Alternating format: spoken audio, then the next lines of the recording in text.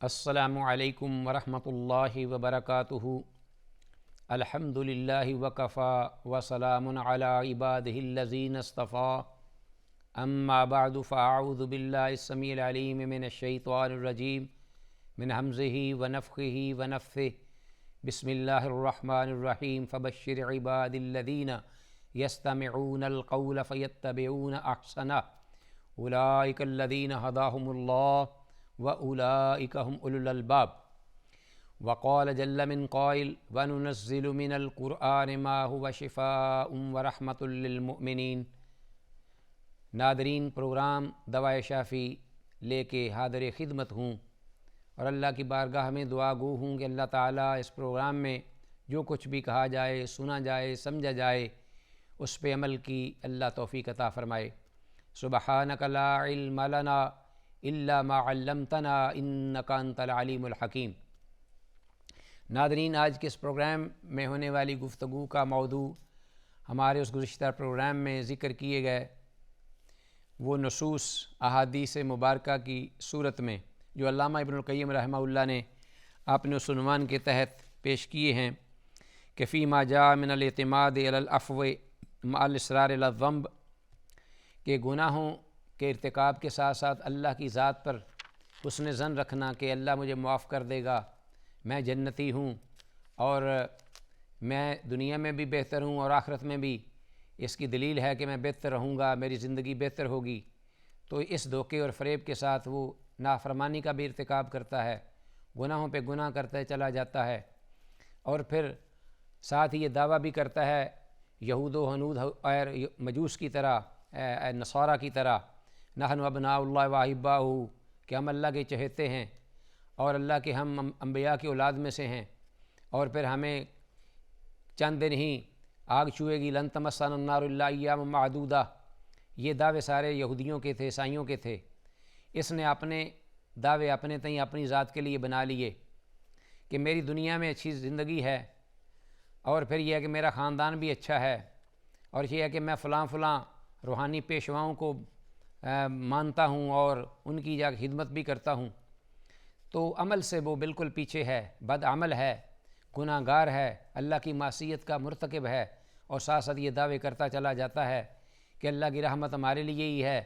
اور جنت ہمارے لیے بنا دی گئی ہے۔ علامہ موصوف رحمہ اللہ اس مرض کا علاج دریافت کرتے ہوئے ان گناہ گار لوگوں اور ان فریب خوردہ لوگوں، انسانوں کو یہ متنبہ کرنا چاہتے ہیں کہ ذرا سنیے اپنے رحمت للعالمین، جو اللہ جہانوں کی رحمت بنا کر اللہ نے جن کو بھیجا، وہ کس طرح اپنی امت کو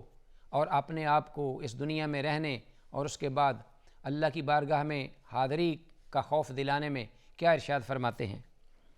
تو اس سلسلے میں کئی ایک احادیث جن کا ذکر انہوں نے کیا، خاصا طویل یہاں سلسلہ ہے، میں چاہوں گا کہ اس کو ذرا اختصار سے پیش کرتے ہوئے چند نصوص کو علامہ ابن القیم رحمہ اللہ کے حوالے سے ذکر کروں۔ جیسا کہ انہوں نے فرمایا کہ وفی صحیح مسلم من حدیث جابر، حضرت جابر بن عبداللہ رضی اللہ تعالیٰ عنہما سے یہ حدیث مروی ہے اور صحیح مسلم میں کہ رسول اللہ صلی اللہ علیہ وسلم نے فرمایا کل مسکر حرام، کہ ہر نشہ آور چیز جو ہے وہ حرام ہے۔ اب دیکھیے بہت سارے لوگ جو ہیں وہ چیزیں استعمال کرتے ہیں جو اللہ نے جن سے روکا ہے اور رحمت للعالمین نے انہیں حرام قرار دیا ہے، ناجائز، لیکن اس کے باوجود وہ استعمال میں لاتے ہیں کھانے میں پینے میں۔ تو کہتے ہیں اللہ کے رسول نے فرمایا وَإِنَّ عَلَى اللَّهِ عَزَّ وَجَلَّ عَهْدًا، کہ اللہ عز و جل کی ذات کے ہاں یہ عہد ہے لمن شرب المسکرہ، اس شخص کے لیے، بد نصیب کے لیے کہ جو کوئی نشہ آور چیز پیتا ہے، ان یسقیہ من طینۃ الخبال، کہ وہ اس کے بدلے ان گناہ گاروں کو جہنم میں طینۃ الخبال پلائے گا۔ یہ ایک مشروب ہوگا جہنم کے مشروبات میں سے، طینۃ الخبال۔ جب آپ صلی اللہ علیہ وسلم نے فرمایا کہ شراب یا نشہ آور چیز پینے والوں کو جو کہ اللہ کے نافرمان ہیں، یہ حرام چیز پینے کے بدلے میں جب وہ تائب نہ ہوں، جب وہ اس کو نہ چھوڑیں اپنی موت سے پہلے اور اللہ کی اطاعت و فرما برداری کی طرف نہ آئیں، تو اللہ اس کے بدلے ان کو جہنم کے مشروبات میں سے یہ مشروب پلائے گا۔ صحابہ اکرام رضوان اللہ علیہم اجمعین نے پوچھا وما طینۃ الخبال، کہ اے اللہ کے رسول صلی اللہ علیہ وسلم وہ طینۃ الخبال کیا ہے جس کا آپ ذکر فرما رہے ہیں کہ جہنم کے مشروبات میں سے ایک پینے کی قسم ہے؟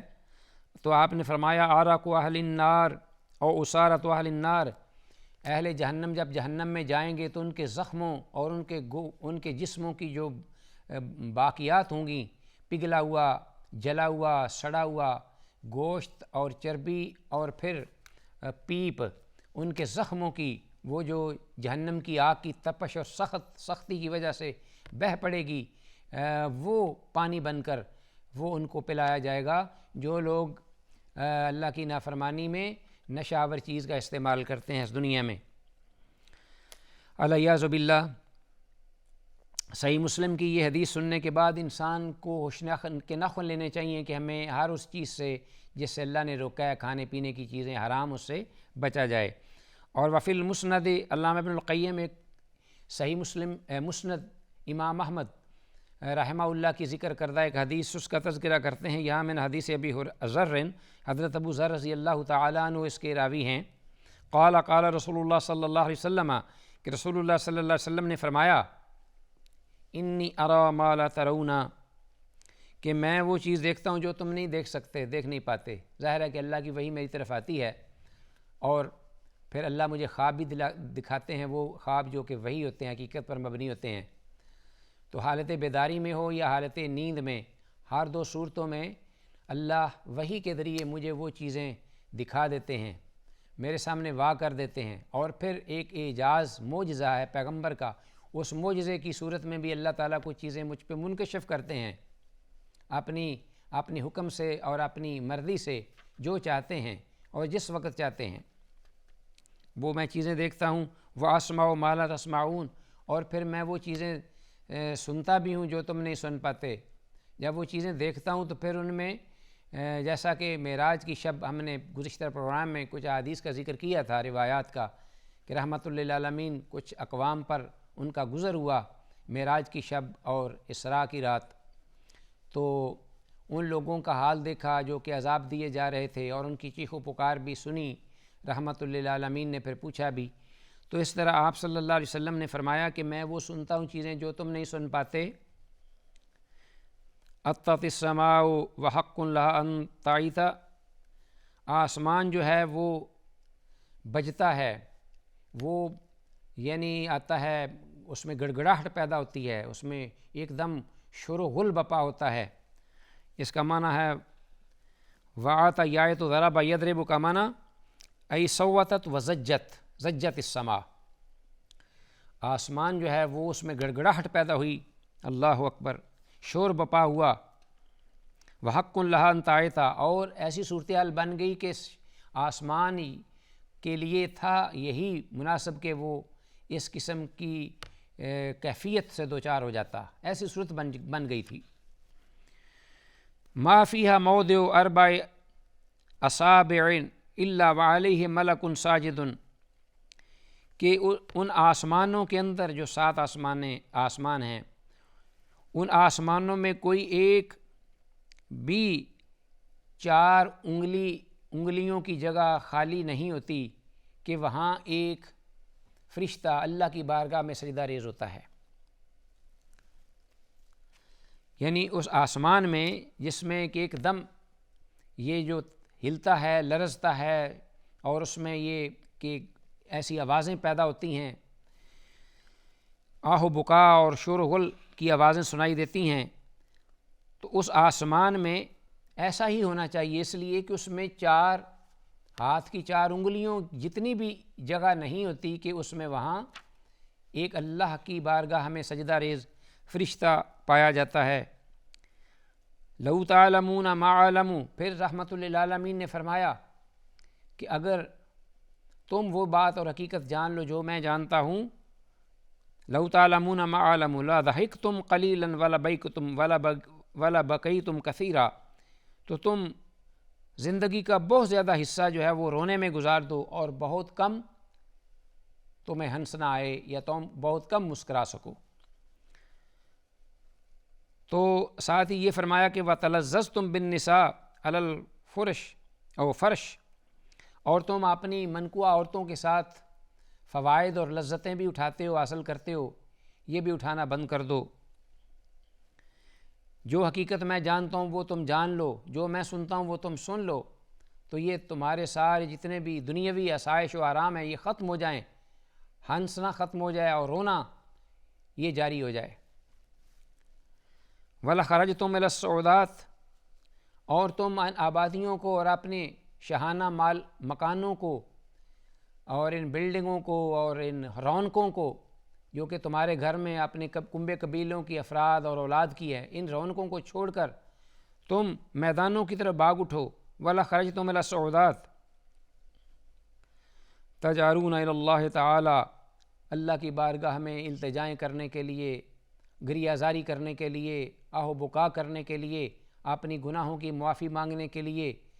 اور آخرت کے روز حساب و کتاب میں آسانی کے لیے اللہ کی بارگاہ میں تم گریہ زاری کرو۔ قال ابو ذر، حضرت ابو ذر رضی اللہ تعالیٰ عنہ جو کہ صحابی رسول صلی اللہ علیہ وسلم ہے اور حدیث کے راوی ہیں، وہ کہتے ہیں کہ واللہ لوددت انی شجرۃ تعضد،